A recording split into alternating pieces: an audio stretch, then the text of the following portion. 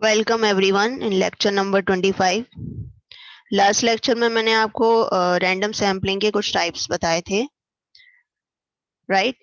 उसमें सबसे पहले हमने देखा था simple random sampling, then we have seen stratified sampling, systematic sampling and cluster sampling.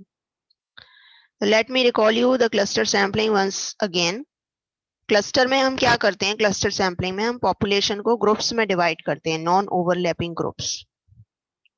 ये ऐसे ग्रुप्स होते हैं, जैसे मैंने आपको बताया था कि स्ट्रेटिफाइड सैम्पलिंग में स्ट्रेटा की प्रॉपर्टी क्या होती है? Stratas are homogeneous within themselves but heterogeneous among themselves.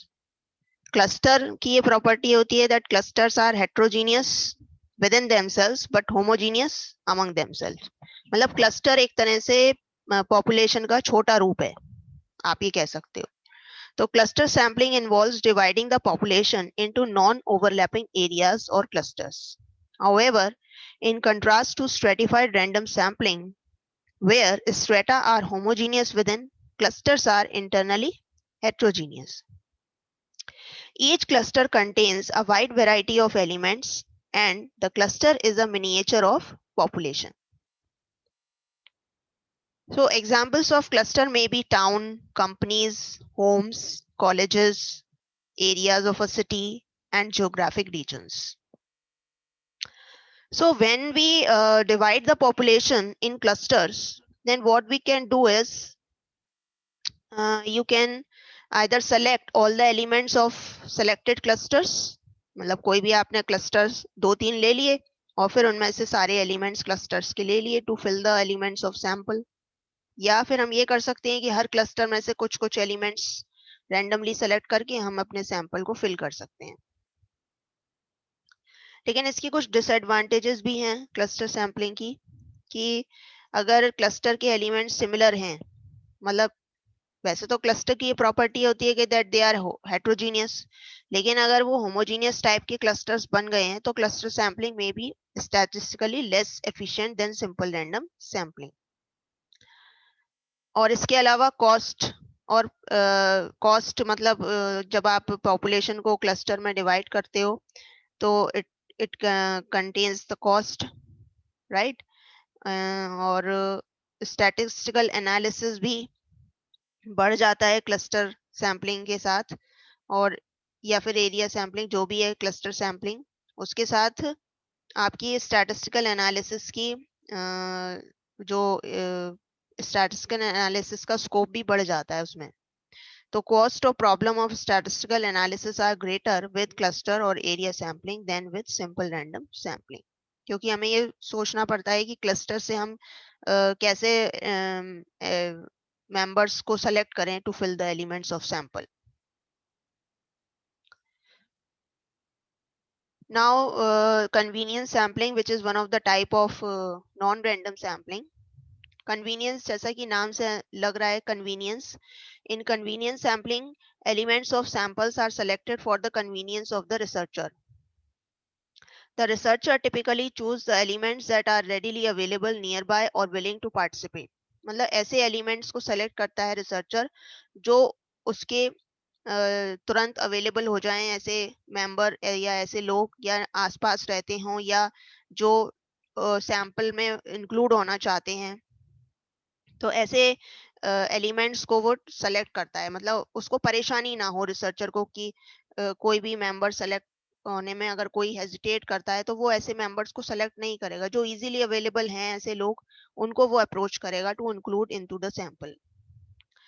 तो sample tends to be less variable, तो इससे क्या होता है कि वैरायटी कम हो जाती है, ये बायस हो जाता है। ये सैंपलिंग में जो एलिमेंट्स होते हैं वो बायस हो जाते हैं, एक जैसे हो जाते हैं, वेरिएबिलिटी कम रहती है पॉपुलेशन के कंपैरिजन में। Because in many environments the extreme elements of the populations are not readily available, the researcher will select more elements from the middle of the population. More middle of the population मतलब जैसे convenience sample of homes का अगर हमें घर select करने हैं door to door interview के लिए, तो हम कौन से घर लेंगे जहाँ पे लोग घर में रहते हों, या ऐसे घर जिनमें डॉग्स ना रहते हों, या ऐसे घर जो हमारे घर के आसपास हों, फर्स्ट फ्लोर के अपार्टमेंट्स, और या फिर हाउसेस विद फ्रेंडली पीपल। तो इस तरह के घर हम सेलेक्ट करेंगे। तो इस तरह के घर जब हम सेलेक्ट करेंगे तो वो सैम्पलिंग क्या कहलाएगी? Convenience sampling. जबकि रैंडम सैंपल में क्या होता है, रिसर्चर को डेटा गैदर करना पड़ता है, हर तरह के हाउस और हर तरह के अपार्टमेंट्स रैंडमली सेलेक्ट करने होते हैं। तो उसमें कोई भी अपार्टमेंट या कोई भी हाउस इंक्लूड हो सकता है, नो मैटर हाउ इनकन्वीनियंट और अनफ्रेंडली द लोकेशन। उससे हमें कोई मतलब नहीं है कि वो घर में अगर डॉग्स हैं तो हम इंटरव्यू नहीं लेंगे। रैंडम सैम्पलिंग में हमें उस घर के लोगों से इंटरव्यू करना पड़ेगा। अगर डॉग्स हैं तब भी हम उनको उसको छोड़ नहीं सकते ऐसे घर को, जबकि कन्वीनियंस सैम्पलिंग में हम उसको छोड़ सकते हैं ऐसे घर को अपनी कन्वीनियंट के अकॉर्डिंग। तो ये एक तरह से इसकी डिसएडवांटेज है कन्वीनियंस सैम्पलिंग की। इसी तरह judgement sampling occurs when elements selected for the sample are chosen by judgment of the researcher। इसमें मतलब जो एक्सपीरियंस रिसर्चर्स होते हैं वो अपने प्री एग्जिस्टिंग नॉलेज से अपने आप ही कुछ एलिमेंट सेलेक्ट कर लेते हैं फॉर द सैम्पलिंग। तो इस तरह की सैम्पलिंग को हम जजमेंट सैम्पलिंग कहते हैं। Researchers often believe they can obtain a representative sample by using sound judgement which will result in saving time and money. मतलब वो उन्हें अपने डिसीजन पर काफी यकीन होता है कि हम ऐसा सैंपल सेलेक्ट कर सकते हैं जो पॉपुलेशन को रिप्रेजेंट कर सकता है, और इससे टाइम की भी बचत होती है और मनी की भी। Sometimes ethical professional researchers might believe they can select more representative sample than random process will provide. When sampling is done by judgment, calculating the probability that an element is going to be selected into the sample is not possible. क्योंकि ये intuition पर based होती है sampling. आपका मन किया, आपने किसी पर्टिकुलर डायरेक्शन से सैम्पलिंग कर ली, आपका मन किया कि इंट्यूशन के जरिए आपने ये सोचा कि मुझे इस डायरेक्शन से सैम्पलिंग करनी चाहिए, तो आपने वहां से सैम्पलिंग कर ली। तो इसमें हम किसी भी एलिमेंट के सैंपल में इंक्लूड होने की प्रोबेबिलिटी नहीं निकाल सकते। Researcher tends to make error of judgement in one direction. तो इसमें एरर भी हो सकती है क्योंकि आप एक ही डायरेक्शन से जजमेंट कर सकते हो, आप मल्टी डायरेक्शन से सैम्पलिंग नहीं करोगे। तो इसमें एरर के चांसेस बढ़ जाते हैं। The systematic error leads to what are called biases. मतलब इसमें भी सैम्पलिंग बायस हो सकती है। And researcher also is unlikely to include extreme elements. और इसमें भी रिसर्चर एक्सट्रीम एलिमेंट्स को इंक्लूड करने से हेजिटेट करता है। मतलब उनको ऐसे एलिमेंट्स को इंक्लूड नहीं करना होता है ऐसे अपने जजमेंट के जरिए जो बहुत एक्सट्रीम हो या इजीली अवेलेबल ना हो। Quota sampling third type of non random sampling है ये, जिसमें ये बिल्कुल स्ट्रेटिफाइड रैंडम सैम्पलिंग की तरह होती है। जैसे सर्टेन पॉपुलेशन सब क्लासेस जैसे कि एज ग्रुप, जेंडर या ज्योग्राफिक रीजन, ये हम स्ट्रेटा की तरह यूज करते हैं, right. However, instead of randomly sampling from each stratum, फिर हम, आपको याद होगा स्ट्रेटिफाइड सैम्पलिंग में हम क्या करते थे, स्ट्रेटा में डिवाइड करके फिर हम हर स्ट्रेटा से सैम्पलिंग करते थे या रैंडमली सेलेक्ट कर लेते हैं एलिमेंट्स। तो इसमें हम ये नहीं करते हैं। हम क्या करते हैं, instead of randomly sampling from each stratum, the researcher uses a non random sampling method to gather data from one stratum until the desired quota of sample is filled।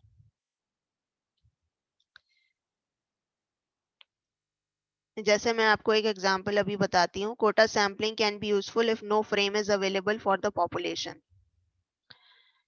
Frame का मतलब आपके पास कोई लिस्ट नहीं है जहां से आपको sampling करनी है, तो उस केस में आपको कोटा सैम्पलिंग यूजफुल रहेगी। क्यों?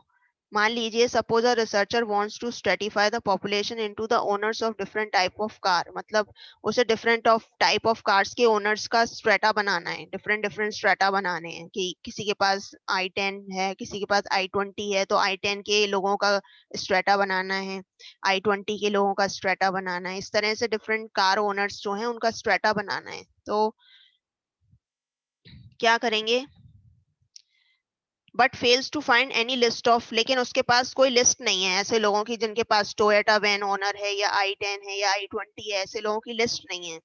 तो कोटा सैम्पलिंग से हम क्या करेंगे, researcher would proceed by interviewing all car owners, मतलब उसे जो आदमी मिलेगा उससे पूछेगा कि क्या आपके पास I10 है, क्या I20 है। अगर वो कहता है I10 है, यस, तो वो फिर उस पर I10 पे एक आदमी को नोट कर लेगा, टिक कर लेगा और फिर आगे बढ़ जाएगा। इसी तरह से वो इंटरव्यू लेके रैंडम भरता जाएगा और कोटा जब तक कि फिल नहीं हो जाता उस पर्टिकुलर, जैसे उसे कोटा मतलब चाहिए जैसे 20 लोगों का, तो जब तक वो 20 लोग पूरे नहीं हो जाते हैं तब तक वो इसी तरह इंटरव्यू करके वो कोटा को फिल करने की कोशिश करेगा। तो through quota sampling the researcher would proceed by interviewing all car owners and casting out non-Toyota van owners until the quota of Toyota van owner is filled, right? तो इस तरह से पर्टिकुलर उस टोयोटा वैन ओनर्स की उसके पास list आ जाएगी जिनके पास ये कार है। तो कोटा सैम्पलिंग बहुत कम एक्सपेंसिव होती है क्योंकि इसमें रैंडम सैम्पलिंग टेक्निक ही यूज होती है। इट इज अ मतलब रैंडम सैम्पलिंग टेक्निक से ये लेस एक्सपेंसिव है क्योंकि it is essentially a technique of convenience. Another advantage of quota sampling is the speed of data gathering. कैसे स्पीड कैसे बढ़ जाती है, अगर मान लीजिए कोई ये कह रहा है कि भाई मेरे पास नहीं है, तो आप आगे बढ़ जाओगे। ऐसा नहीं है कि आप उसको क्वेश्चन बदल के दूसरा दोगे या उससे दोबारा क्वेश्चन करोगे, आपको ऐसा कुछ नहीं करना है। अगर उसने कहा कि मेरे पास वो कार नहीं है तो आप आगे बढ़ जाओगे और किसी से पूछोगे, फिर उसने कहा हाँ है, तो फिर आप उससे पूछ के फिर आगे बढ़ जाओगे। इस तरह से आपको रुकना नहीं है या आपको क्वेश्चन बदल के नहीं देना है, कुछ नहीं करना है। तो इससे स्पीड बढ़ जाती है कोटा सैम्पलिंग में। The researcher does not have to call back or send out a second questionnaire if he does not receive a response. He just move on to the next element. Also, preparatory work for quota sampling is minimal. मतलब पहले से कोई तैयारी नहीं करनी होती है इसमें। Next is snowball sampling. इसमें क्या करते हैं स्नोबॉल में, जैसे आपने स्नोबॉल का गेम भी खेला होगा कभी, जैसे हम बर्फ का गोला बनाते हैं तो उसको अगर हम बर्फ पर लपेटते जाएं उस पर बर्फ, तो वो बड़ा होता जाता है साइज में, ठीक है। तो स्नोबॉल सैम्पलिंग भी यही होती है। जैसे आपको किसी पर्टिकुलर एरिया के लोगों को सेलेक्ट करना है जिनके पास मान लीजिए या जो पर्टिकुलर कंपनी में जॉब करते हैं, ठीक है। तो आप क्या करोगे कि आपको किसी एक ऐसे इंसान को ढूंढोगे जो उस कंपनी में जॉब करता है। फिर आप उस इंसान से पूछोगे उसकी नॉलेज में कोई और ऐसा पर्सन है जो उस कंपनी में जॉब करता हो, क्या वो ऐसे इंसान को जानता है, उससे एड्रेस लोगे। फिर वो जिसका एड्रेस देगा आप उससे थर्ड पर्सन का एड्रेस लोगे, फिर उस थर्ड पर्सन से फोर्थ पर्सन का एड्रेस लोगे। इस तरह से आप आगे बढ़ते जाओगे, अपने सैंपल को फिल करते जाओगे। तो इससे क्या होगा कि it is like a snowball, आपका सैंपल का साइज बढ़ता जाएगा। तो यही चीज है स्नोबॉल में। तो इसमें क्या करते हैं, subjects are selected based on the referral from other survey respondents. The researcher identifies a person who fits the profile of subject for the study. मतलब जो उसके स्टडी के लिए फिट है ऐसे पर्सन को ढूंढता है। Then researcher then asks this person for the name and location of others who would also fit for the study. फिर वो उस पर्सन से ऐसे लोगों का नाम और एड्रेस पूछता है या लोकेशन पूछता है जो उस स्टडी के लिए फिट हैं। इस तरह के रेफरल से survey subject can be identified cheaply and efficiently which is particularly useful when survey subjects are difficult to locate. जब हमें मतलब ऐसे एलिमेंट्स को ढूंढना मुश्किल हो जाती है तब हम इस स्नोबॉल सैम्पलिंग का यूज करते हैं। हम रेफरेंसेस के जरिए अपना सैंपल फिल करते हैं। ये इसकी मेन एडवांटेज है। मतलब जब हमारे पास ऐसे एलिमेंट्स को लोकेट करना मुश्किल होता है तो हम उन एलिमेंट्स की सैम्पलिंग हम स्नोबॉल सैम्पलिंग के जरिए करते हैं। और मेन डिसएडवांटेज तो यही है कि नॉन रैंडम है। Okay, so if you liked my lecture, you please subscribe my channel. If you have not yet, subscribe it to get more new videos on this subject. Thank you very much.